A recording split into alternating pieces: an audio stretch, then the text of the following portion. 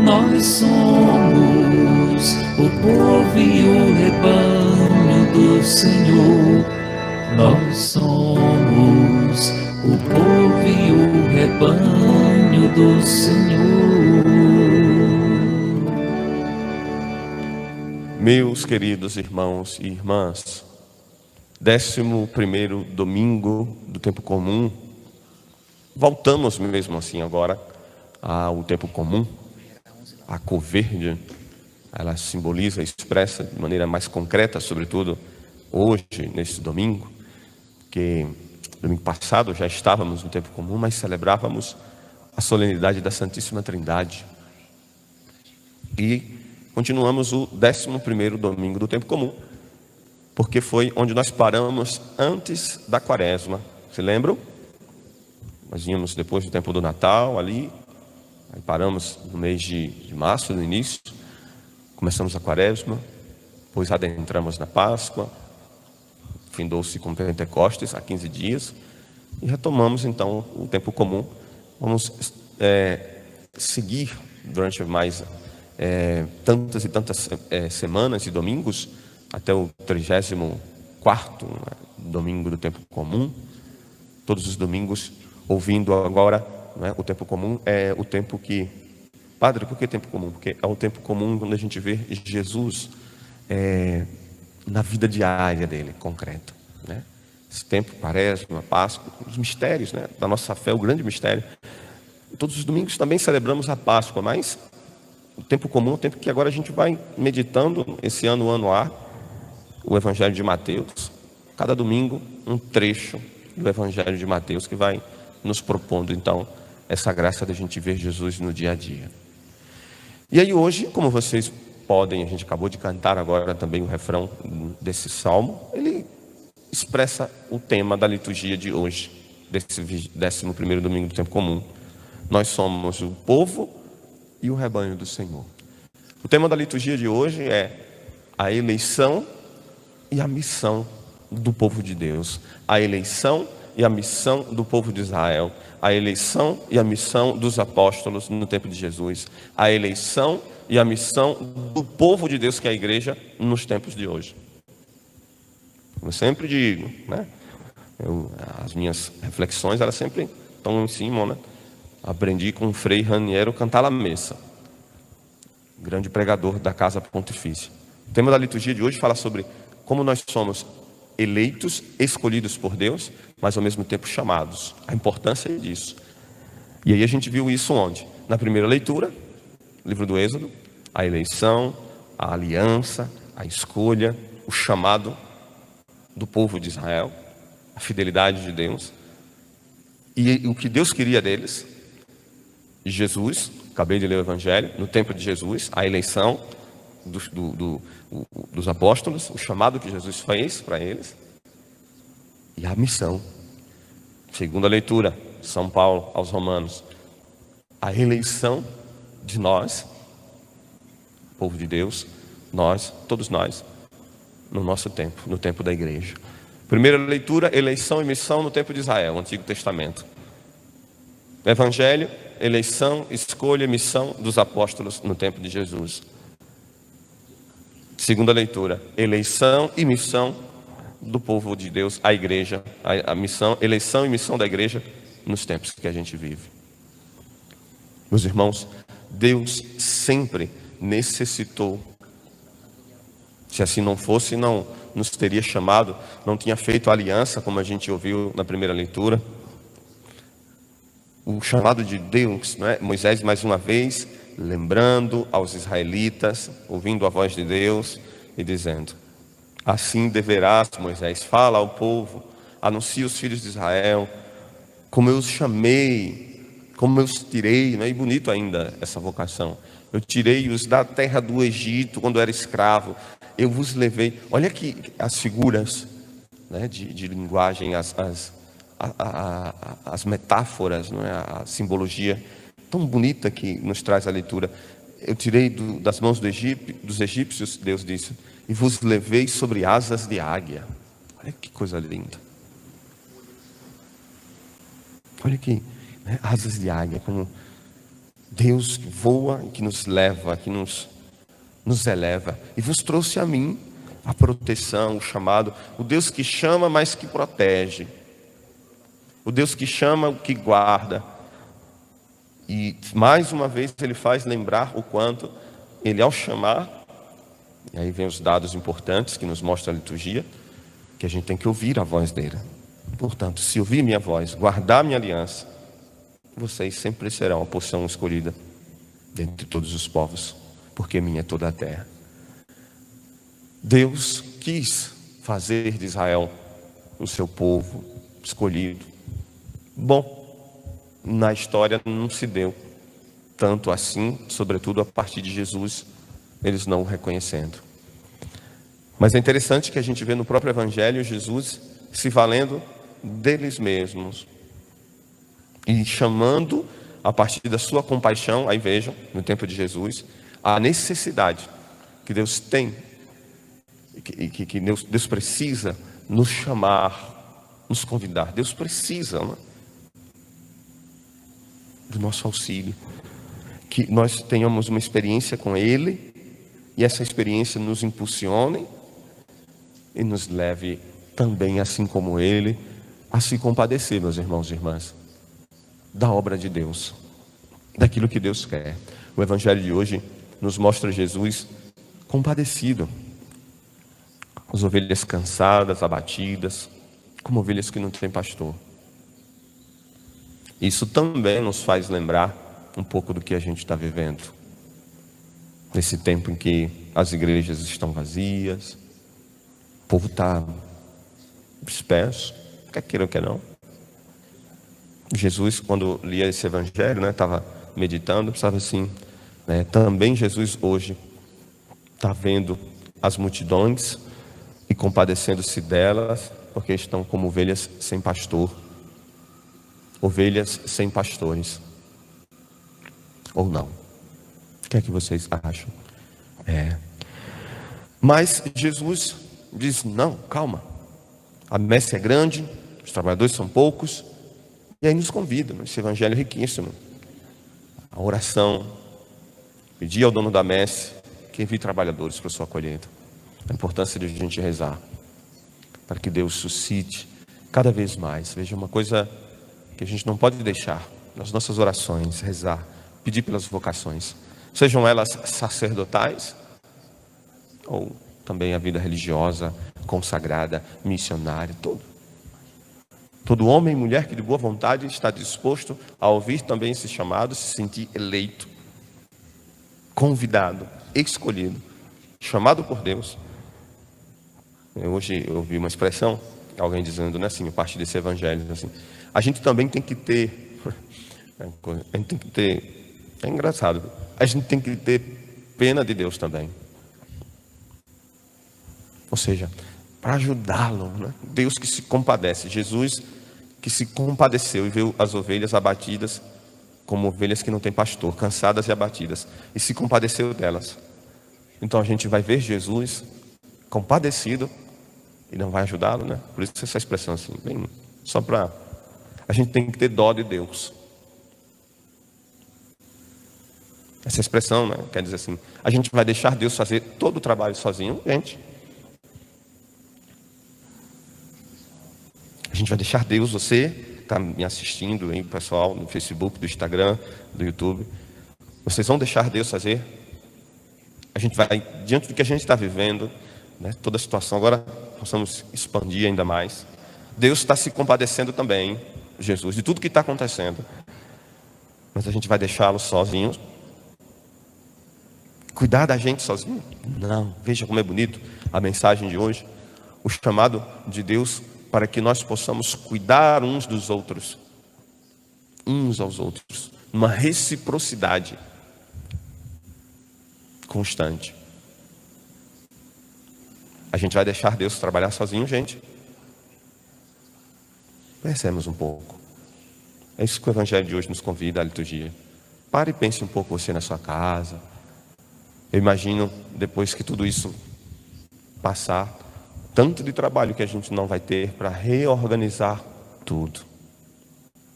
os mais diversos e variados setores da nossa condição social, comunitário, religioso, da nossa paróquia. Vai deixar Deus a organizar, reorganizar todo mundo, voltar tudo, recomeçar tudo. A gente vai ter que recomeçar tudo daqui a uns meses, sei lá, anos, sabe? Bom, eu sei que a gente vai ter que recomeçar tudo, entende? Tudo mesmo. A gente vai ter que voltar para o catecismo, todo mundo. Aprender, refazer o catecismo, aprender tudo, voltar tudo. A messe é grande e os trabalhadores são poucos. Isso já é uma coisa concreta, que já existe. Ainda mais agora, gente. Vejam como o evangelho se encaixa. Então, no tempo oportuno, sobretudo nesse tempo de oração intensa nas nossas casas, no nosso momento de oração pessoal, nosso texto diário, os nossos sacrifícios, a gente também está pedindo a Deus pelas vocações. Todo um estilo. E aí a gente viu que Jesus chamou os 12 discípulos. Os 12, é importante aqui mencionar isso, né? Que é de extrema importância, os 12 discípulos. Seu padre, por que são 12? Por causa das 12 tribos de Israel, gente. É aqui a fidelidade, né? Os evangelhos, a liturgia toda, né? Tem uma compacta. Padre, por que são 12 apóstolos, né? Porque 12 eram as tribos de Israel. Aqui é o sinal que Jesus quer unificar, né? Reunificar. Então, sempre tem as 12 tribos de Israel, os 12 apóstolos. No livro do Apocalipse, vocês já leram? Os 12 tronos dos anciãos, né? Sempre lá sempre tem, então, os 12 é a fidelidade de Deus, não. As 12 tribos de Israel, os 12 apóstolos, os 12 anciãos diante do trono do Cordeiro, as 12 colunas da igreja, né? E aí a gente vê esse chamado de Deus, como no tempo de Israel também há uma comunidade frágil. Quem era Israel diante das outras nações? Quem era Israel diante dos impérios? Quem era Israel diante da... Não, veja, né? É importante isso também. Por que Israel? Era o povo que foi formado de Abraão, um nômade, um homem sem... Abraão, farei de ti pai de muitas nações. Abraão, Isaac, Jacó. E Jacó gera então, né? E assim forma as 12 tribos de Israel. E Jesus, porque quando ele chamou os 12, era justamente para lembrar isso. Quando o povo diz, tem 12 homens seguindo esse Jesus? Isso. Será que as 12 tribos de Israel que vão se unificar? Era assim. E aí, homens bem fragilizados, debilitados, como o povo de Israel, homens humildes, homens dotados de fraquezas, de temperamentos fortes, assim como acontece conosco também. Homens fracos, frágeis, dotados de limitados, temperamentais, cheios de oscilantes, que oscila, que vacila, que peca, que falha, que erra, né? Aqui também para desfazer aquela fantasia que às vezes a gente tem dos escolhidos de Deus, homens intrépidos, aquele modelo de perfeição bem fora da, né? bem, não. E diz os nomes, alguns diz até as fraquezas também. Mateus, cobrador de impostos. Judas, Iscariotes, o traidor, né? Assim também, para que cada um de nós possamos nos identificar com esses homens. E é em cima da fraqueza que Deus quer manifestar a sua força. Isso é próprio, né? São Paulo expressa isso de maneira... E agora que a gente vai na segunda leitura. Esses homens, os quais nós devemos e é o fundamento também da nossa fé. Viveram, conviveram, experimentaram, viram e receberam a graça de Deus, o Espírito Santo.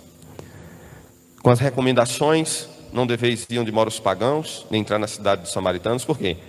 Justamente também aqui a fidelidade de Deus. Não, as ovelhas primeiro, não é que ele não é para ir lá, é nesse momento. Agora não, agora é as ovelhas perdidas da casa de Israel, né? Fica parecendo assim que, gente, padre, explique isso aí. Não, agora, que é o contexto histórico. Agora não, os pagãos aqui, né, vão ser admitidos, hein? Então vejam, agora, naquele momento, não. A minha fidelidade deve manter, é o povo, o resto de Israel, as ovelhas perdidas da casa de Israel. Eu tenho que manter a minha fidelidade no vosso caminho. Sejam concretos a partir daquilo que eu vos digo. Primeiro, anunciar o reino de Deus. Terceiro mistério luminoso, Papa São João Paulo II. Terceiro mistério luminoso, o anúncio do reino e o chamado à conversão. O reino de Deus está próximo. Está próximo, né? Está próximo, está próximo. A vida é breve. Deus está às portas. O reino de Deus é Jesus. Está perto, Ele está perto de nós, está esperando. É agora. O reino de Deus está próximo, né? O reino de Deus está próximo. O reino de Deus vem lá longe. Eu não estou vendo, vindo lá. Não, está próximo, está aqui. Está aqui na minha frente, é Jesus. O reino de Deus está próximo. Está próximo, Jesus. Está próximo, Jesus, né? Abre o reino de Deus. O reino de Deus não, está próximo.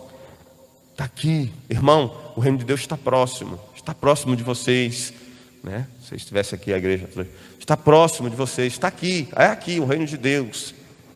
É uma pessoa, é a vida dele, de Jesus, na nossa vida. É uma adesão, é crer, é ser batizado. Não é quando Jesus diz aqui também: não deveis ir onde moram os pagãos, mas entrar na cidade dos samaritanos. Para nós hoje, pode dar a ideia assim: ir ao povo que foi batizado, foi crismado, foi eucaristizado, fez a primeira comunhão, foi casado na igreja e está afastado. Ide, não deveis, não. A gente precisa ainda resolver muita coisa entre nós católicos, que fomos batizados, tudo, evangelizados até no início, mas depois foi deformando a nossa formação cristã católica, apostólica, romana. A gente foi deformando ela, se deixando levar por... Aí Jesus aqui está dizendo também, precisa. Quando passar isso aí, né, pessoal, a gente vai ter que fazer uma reciclagem. De novo, todo mundo. Povo fazendo, afastado, pessoal, não sei o quê, um monte de coisa. Gente que está desanimada, vou para a missa, mas não sei o quê, não preciso mais não, agora não sei o quê, é só na minha casa, não sei o quê, entendeu? O povo foi batizado, mas que não está evangelizado. Quantos cristãos católicos são batizados e não são evangelizados? Ser batizado é uma coisa, ser evangelizado é outra. A gente faz a preparação do batismo nos meses e fala para os pais, os padrinhos, tudo isso. Ser batizado, vocês estão batizando os filhos, é uma coisa. Mas ser evangelizado, aí depende de uma adesão, de uma seriedade qual vocês vão. Entende? Então, não ir evangelizar. A gente precisa do pessoal daqui, o pessoal que vem para a missa, todo domingo, são esses aqui primeiro, vocês estão acompanhando aí. Evangelizar vocês precisam. Fulano lá, não, tá.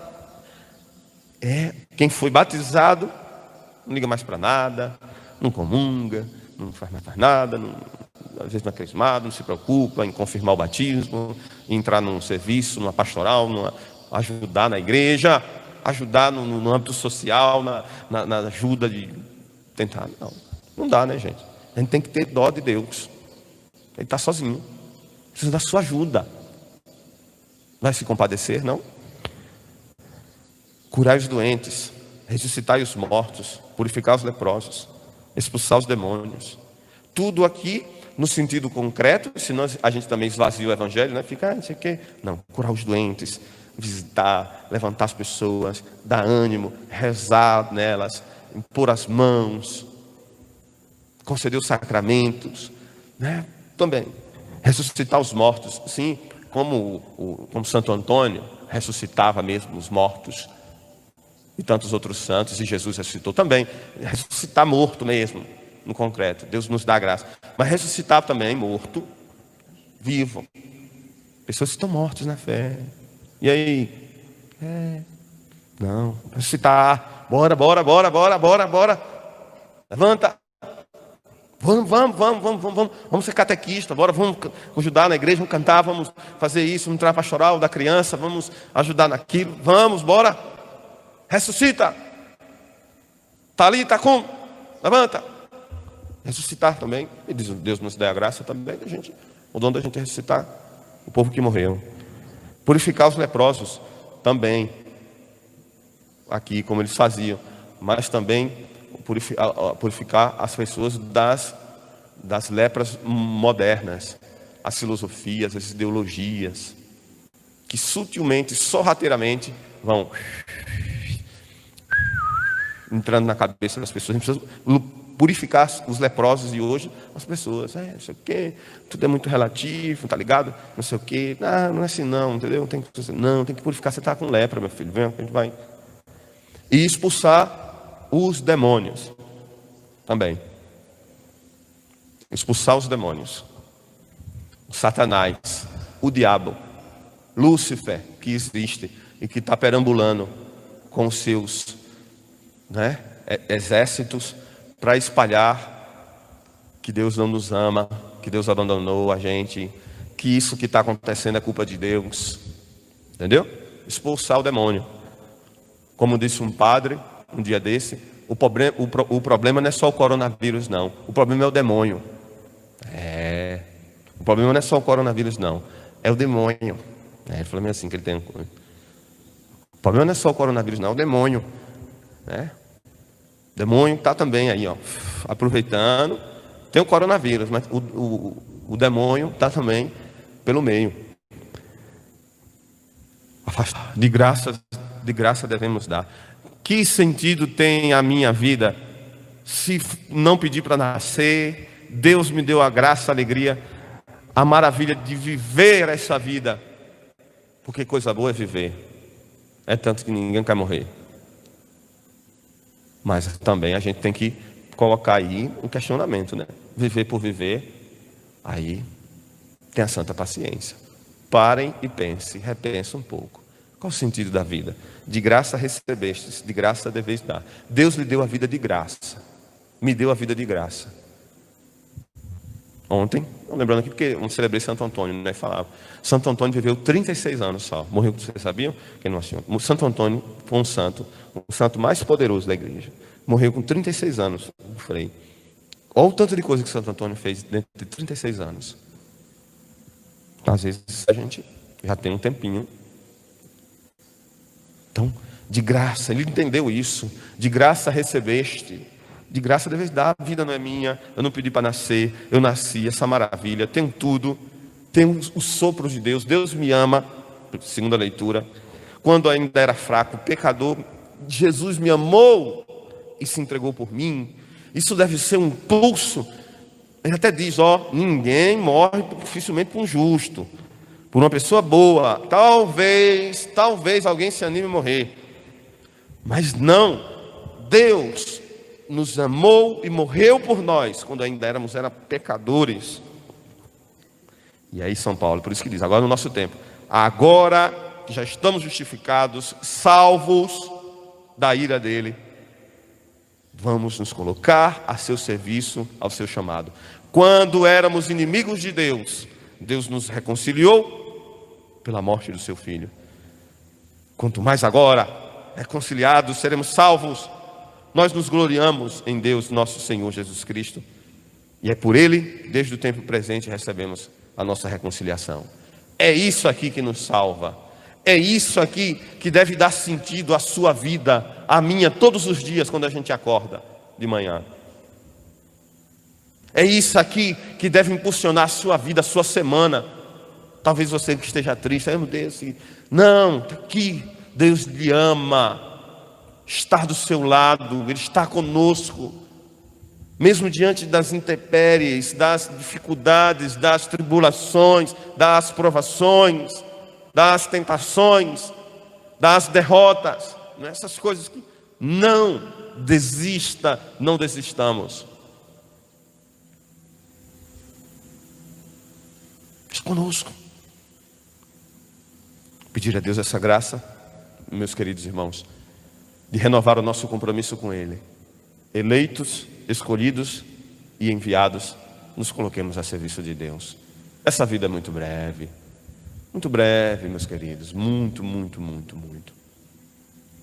Vamos fazer valer a pena, a exemplo do que a palavra de Deus hoje nos fala.